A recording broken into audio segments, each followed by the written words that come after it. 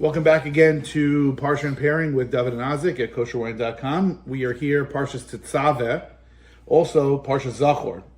And we have here a very special wine from the Remembrance series done in partnership with Gush Etzion Winery in Israel. And we'll get to that in a second. Parshas Zachor is a mitzvah, is one of the four parshas that are read prior to Pesach, and Parshas Zachor is actually the haftorah, the maftir is taken from Parshas Ki Teitzei, which, by the way, is our bar mitzvah parsha. We're very close in age, and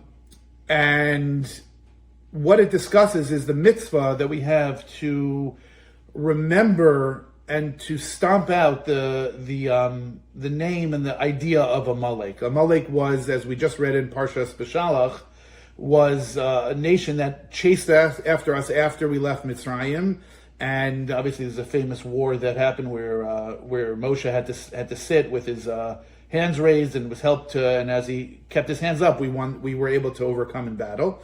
But we really commemorate the idea of Amalek, and it follows us throughout the generations of real. I mean, what we can term as anti-Semitism, as real problems that the Jews have faced over the years with people hating us just because we're Jewish.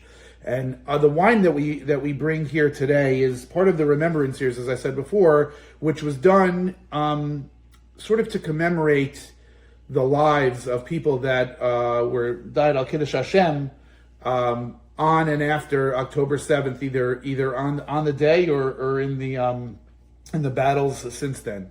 This one is actually of Dan, commemorates Major Dan Wadenbaum,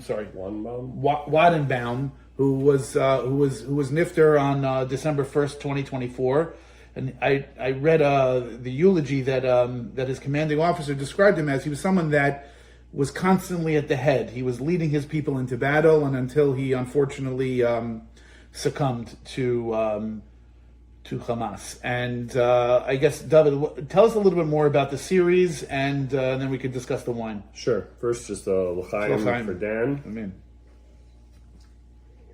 So this is a series. There's some people in Israel that have gone around different wineries in conjunction with after speaking to families, to create kind of something that will, preserve the legacy of their loved ones.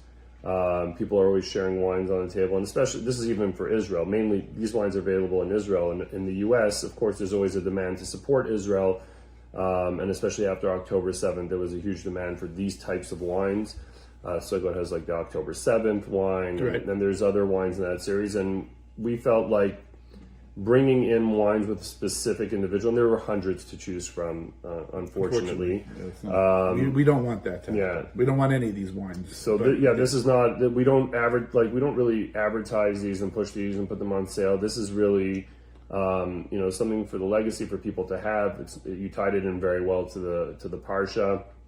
But if you go to Israel, there's many, many more options available.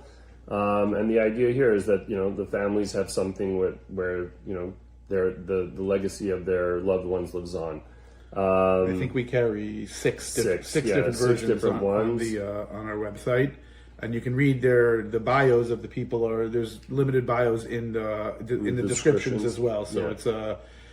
It's a very moving kind of tribute to the people, and as you said, to give them a lasting remembrance where you can what's it called? We can really remember what happened, and to, in context of the Parsha, is really to understand what Amalek means in our time. Yep. So some of the wines are produced as Gush Etzion. They do productions at different wineries. This group of people there, they'll depend, after speaking to the family, I don't know how they exactly arrive at their conclusion, but they then will go approach try to find the specific profile to a wine and produce it there. So this is the like a Bordeaux blend. This is produced at Gush Etzion winery.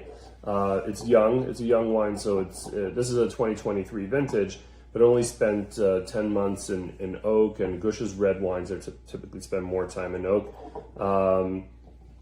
This is predominantly Petit Verdot. Petit Verdot gives you like an inky, blueberry, That's typically, very lots of tannins.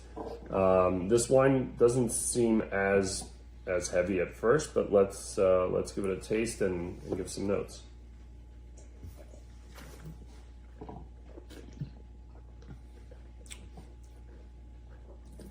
I definitely feel those tannins, but not as punchy. Yeah. Yeah. But then give it a second. They linger. So very well balanced wine. It's got a freshness to it. Lots of fruitiness up front.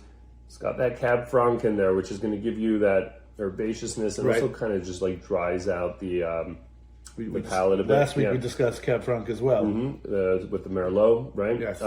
Just overall nice, approachable wine. And, this is something that you want to incorporate into your meal, into your Seder. A lot of people buy this for Pesach, depending, Parshas Zachor is great. Even just to have in your cellar as a constant reminder. That kind of thing is... It's actually this is the first time I'm tasting these. We've had these wines. Unfortunately, we've had them for a little bit, and this is really the first time I've tasted them. So it's So may their memory be a blessing. Amen. And to all the people that fell, and not just in Kosherwine, throughout the generations of Kiddush Hashem. May we merit the ultimate redemption. Amen. L'chaim.